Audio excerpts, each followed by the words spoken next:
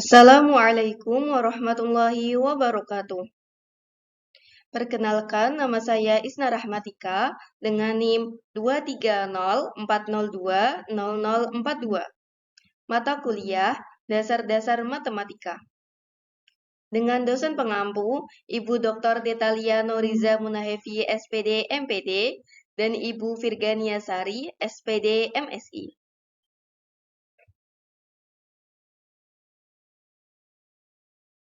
Tugas proyek yang pertama, menyusun argumen yang disertai dengan pernyataan berkuantor, serta membuktikan keabsahan argumen tersebut.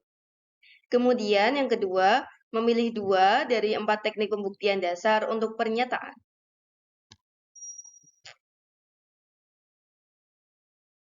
Nah, untuk yang pertama, yaitu menyusun argumen dan membuktikan keabsahan argumen.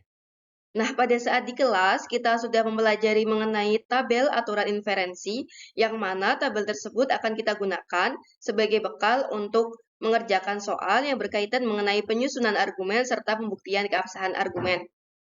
Nah, saya mempunyai question, yaitu prepare formal proof of the validity of the following arguments if necessary using the conditional proof rule. Nah, di sini kita disuruh untuk membuktikan keabsahan dari argumen dengan aturan bersyarat seperti itu. Nah, di sini terdapat pernyataan yaitu tidak ada domba yang ingin belajar, tidak ada mahasiswa yang tidak ingin belajar, semua ternak saya adalah domba, oleh karena itu tidak ada ternak saya yang menjadi mahasiswa. Nah, di sini adalah bentuk kesimpulannya ya, teman-teman.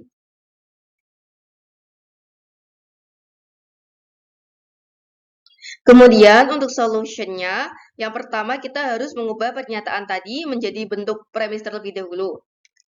Nah, untuk tidak ada domba yang ingin belajar, maka akan kita ubah seperti ini, yaitu dx implikasi negasi bx, kemudian tidak ada mahasiswa yang tidak ingin belajar, akan kita ubah menjadi seperti ini, yaitu my implikasi by, kemudian semua ternak saya adalah domba, maka akan kita ubah seperti ini, yaitu tz implikasi dz, kemudian untuk kesimpulannya yaitu oleh karena itu tidak ada ternak saya yang menjadi mahasiswa. Maka akan kita ubah menjadi tx implikasi negasi mx.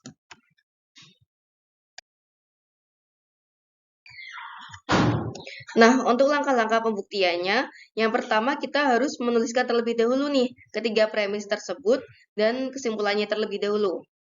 Nah, ini adalah premis pertama, premis kedua, premis ketiga, dan ini adalah bentuk kesimpulannya. Kemudian setelah kita menuliskan premis dan kesimpulannya, maka kita harus mengubah ketiga premis ini menjadi bentuk IU terlebih dahulu atau instansiasi umum terlebih dahulu. Maka akan menjadi seperti ini. IU1, IU2, kemudian IU3.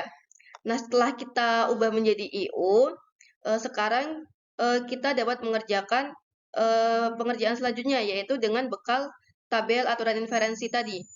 Nah, di sini kita dapat lihat nih bahwa nomor 6 dan nomor 4 kita dapat mensilogismekannya. Maka akan menjadi TX implikasi negasi BX. Kemudian kita lihat lagi nih, adakah yang bisa kita ubah? Setelah kita lihat, maka nomor 5 kita dapat mengkontrapositifkannya. Maka akan menjadi negasi BX implikasi negasi MX. Nah, kemudian dikarenakan ini belum seperti kesimpulan yang kita tuju, maka kita cari lagi nih, adakah yang bisa kita ubah? Maka kita dapat lihat di antara nomor 7 dan nomor 8 ini, nomor 7 dan nomor 8 ini kita dapat mensilogismakannya. Maka akan menjadi TX implikasi negasi MX. Nah, setelah kita lihat-lihat, nomor 9 ini sudah sama seperti kesimpulan yang kita tuju. Maka untuk langkah-langkah pembuktiannya kita berhentikan sampai nomor 9 ini saja. Nah, tinggal kita mengubahnya menjadi GU atau generalisasi umum saja. Maka akan menjadi TX implikasi negasi MX. Nah, nomor 10 ini adalah bentuk penyelesaian dari langkah-langkah pembuktian yang kita tuju tadi. Nah, ini adalah sudah sama dengan kesimpulan yang kita tuju.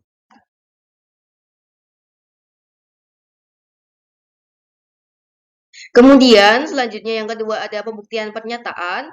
Nah, dapat kita ketahui bahwa pembuktian pernyataan itu ada 4 cara. Yang pertama yaitu secara langsung, kemudian secara kontraposisi atau tidak langsung, kemudian kontradiksi, dan yang terakhir yaitu induksi. Namun, di sini saya hanya akan menjelaskan mengenai 2 cara pembuktian saja, yaitu secara langsung dan secara kontraposisi atau secara tidak langsung.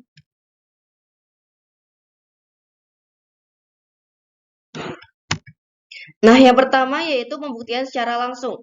Pembuktian langsung ini biasanya diterapkan untuk membuktikan teorema yang berbentuk implikasi, yaitu P implikasi Q.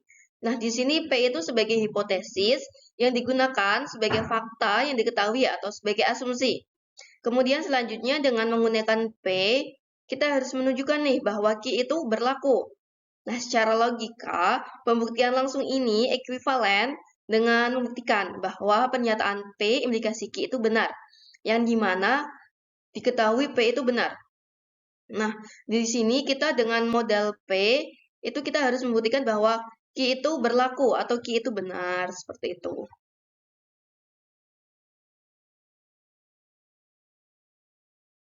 Nah, untuk soalnya, buktikan bahwa hasil kali 2 bilangan ganjil adalah bilangan ganjil. Nah, sebelum kita ke penyelesaiannya, kita harus mengetahui terlebih dahulu definisi dari bilangan ganjil. Bilangan ganjil itu apa sih? Bilangan ganjil adalah bilangan bulat positif yang tidak habis ketika dibagi dengan 2. Sehingga kita dapat tuliskan bahwa X sama dengan 2N plus 1. Dengan N di sini adalah untuk suatu bilangan bulat. Nah, kemudian selanjutnya dapat kita tuliskan X kuadrat sama dengan 2N plus 1 kuadrat. Kemudian tinggal kita hitung seperti ini. Kita kalikan silang seperti biasa atau kalikan pelangi ya. Yaitu 2N dikali 2N sama dengan 4N kuadrat. 2N dikali 1 sama dengan 2N. 1 dikali 2N sama dengan 2N. Kemudian 1 kali 1 sama dengan 1. Nah, kemudian tinggal kita hitung menjadi 4N kuadrat plus 4N plus 1. Nah, kemudian di sini kita dapat memfaktorkannya, sehingga akan menjadi 2 dikali 2N kuadrat plus 2N plus 1. Nah, dikarenakan di sini seperti definisi bilangan ganjil, maka kita dapat menuliskan 2N kuadrat plus 2N ini menjadi N, dengan N adalah suatu bilangan bulat. Maka akan menjadi 2N plus 1. Nah, di sini dikarenakan M merupakan bilangan bulat, maka disimpulkan maka hasil kali 2 bilangan ganjil adalah bilangan ganjil. Seperti itu.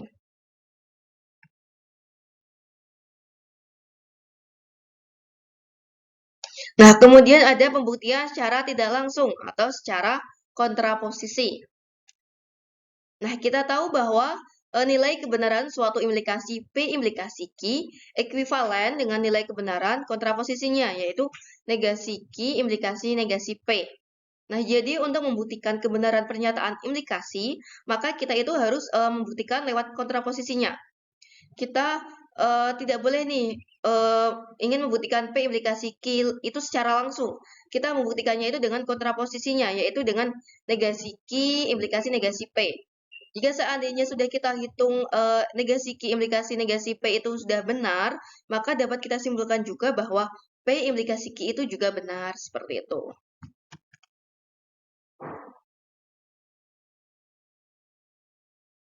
Nah, untuk soalnya, buktikan bahwa jika N kuadrat adalah bilangan ganjil, maka N adalah bilangan ganjil. Nah, di sini jika N kuadrat adalah bilangan ganjil adalah P. Kita misalkan dengan P, terus kemudian untuk maka N adalah bilangan ganjil, di sini adalah Q. Dikarenakan kita akan membuktikan dengan cara kontraposisi atau secara tidak langsung, maka kita harus mengkontraposisikan terlebih dahulu pernyataan ini.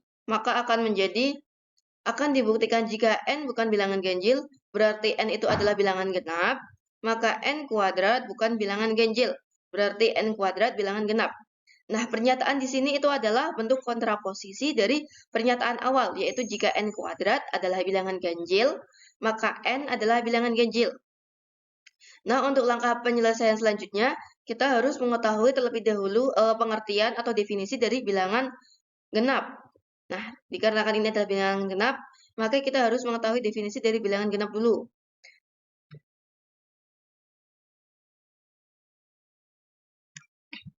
Definisi bilangan genap. Nah, di sini yaitu bilangan genap adalah bilangan yang habis ketika dibagi dengan 2 atau bilangan kelipatan 2. Di sini kita dapat tuliskan 0 adalah hasil kali dari 2 kali 0. 2 adalah hasil kali dari 2 kali 1, dan seterusnya hingga N adalah hasil kali dari 2 kali K.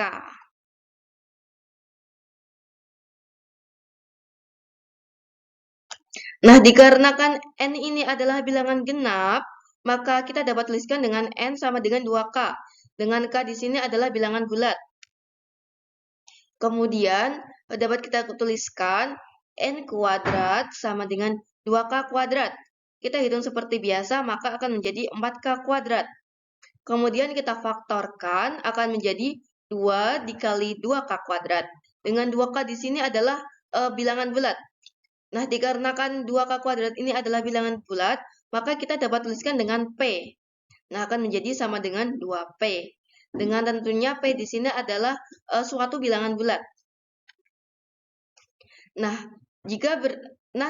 dengan berdasarkan definisi bilangan genap di sini, maka N kuadrat ini adalah bilangan genap.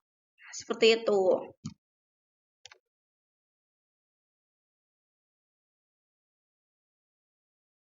Nah, mungkin cukup sekian dari saya. Jika seandainya ada salah kata maupun perbuatan atau salah penjelasan, saya memohon maaf sebesar-besarnya. Cukup sekian, saya ucapkan terima kasih. Wassalamualaikum warahmatullahi wabarakatuh.